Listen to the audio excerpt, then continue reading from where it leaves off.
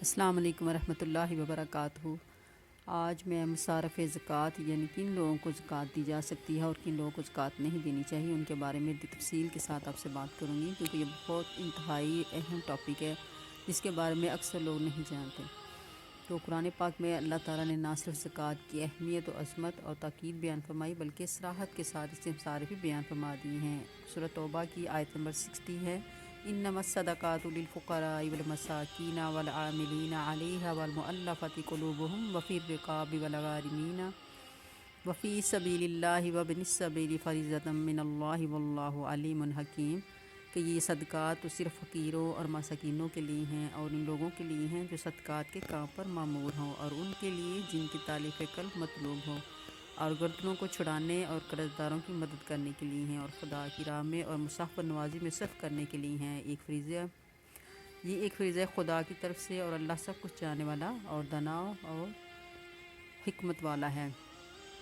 اس آیت میں زکوٰۃ کے 8 مصارف بیان کیے گئے ہیں۔ نمبر 1، فقراء، مساکین، عاملین زکوٰۃ، مؤلفۃ القلوب، رقاب، غارمین، فی سبیل اللہ اور ابن السبیل۔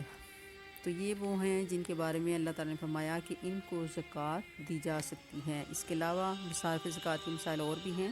یہ ضروری نہیں ہے کہ زکوٰۃ کی رقم جو ہے ان سارے ہی مصارف میں تقسیم کی جائے جو قرآن پاک میں بیان کیے گئے ہیں، بلکہ حسب ضرورت اور موقع جن مصارف میں جس قدر مناسب ہو خرچ کیا جا سکتا ہے، یہاں تک کہ اگر ضرورت پڑ جائے تو کسی ایک ہی مصرف میں ساری رقم خرچ کی جا سکتی ہے۔ زکوٰۃ کے مصارف ہیں، یہی مصارف عشر اور صدقہ فطر کے بھی ہیں، یعنی صدقہ اور جو فطر اور عشر ہے وہ ان لوگوں کو ہی دی جا سکتی ہیں، وہ لوگ جن کو زکوٰۃ دینا جائز نہیں۔ 7 قسم کے افراد کو زکوٰۃ دینا جائز نہیں، ان کو زکوٰۃ دینے سے جو زکوٰۃ ہے وہ ادا نہیں ہوگی۔ نمبر 1، ماں باپ کو اوپر تک یعنی دادا دادی، نانا نانی، اور پھر ان کے ماں باپ کو جو اوپر تک جاتے ہیں۔ اولاد کو نیچے تک یعنی بیٹا بیٹی، ان کی اولاد، پوتا پوتی، نواسہ نواسی، اور پھر ان کی اولاد۔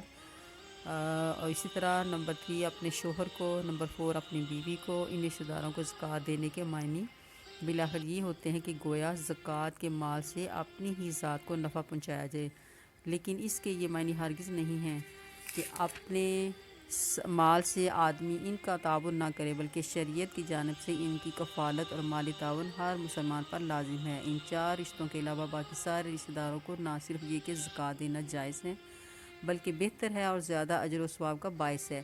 صاحب نصاب خوشحال آدمی کو بھی زکوٰۃ دینا جائز نہیں، اور نہ کسی فقیر اور نادار کو اتنا دینا جائز ہے کہ وہ صاحب نصاب ہو جائے۔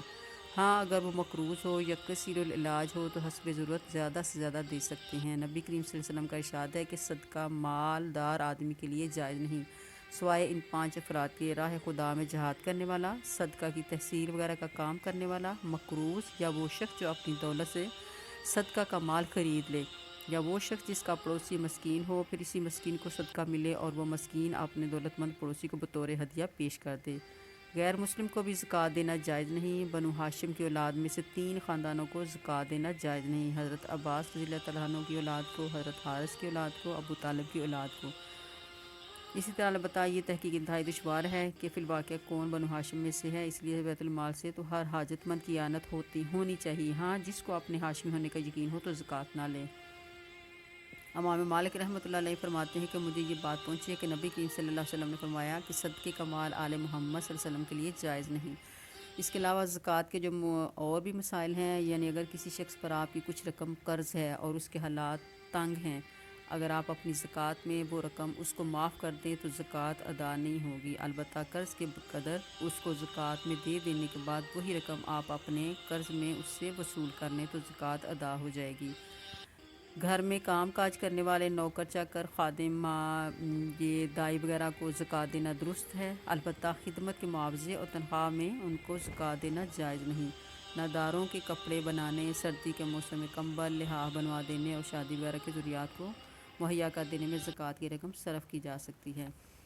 اس لیے اگر آپ اپنی جو بھی زکوٰۃ کی رقم ہے وہ کسی خاتون سے کسی بچے کو دودھ پلوایا جائے، وہ نادار اور صاحب حاجت ہو تو اس کو زکوٰۃ کا پیسہ دیا جا سکتا ہے۔ وہ بچہ بھی جو جوان ہونے کے بعد دودھ پلانے والے کو زکوٰۃ دے سکتا ہے۔ ایک شخص کو مشرک سمجھ کر آپ نے زکوٰۃ دی، پھر بعد میں معلوم ہوا کہ یہ تو صاحب نصاب ہے یا ہاشمی سید ہے یا طریقے میں دی اور بعد میں معلوم ہوا کہ جس کو زکوٰۃ دی ہے وہ اپنی والدہ یا اپنی لڑکی تھی یا کوئی اور رشتہ دار ایسا تھا جس کو زکوٰۃ دینا جائز نہیں، تو ان تمام صورتوں میں زکوٰۃ ادا ہوگی، دوبارہ زکوٰۃ ادا کرنے کی ضرورت نہیں۔ البتہ لینے والے کو معلوم ہو کہ میں مستحق نہیں ہوں تو نہ لے، اور اگر بعد میں معلوم ہو تو واپس کر دے۔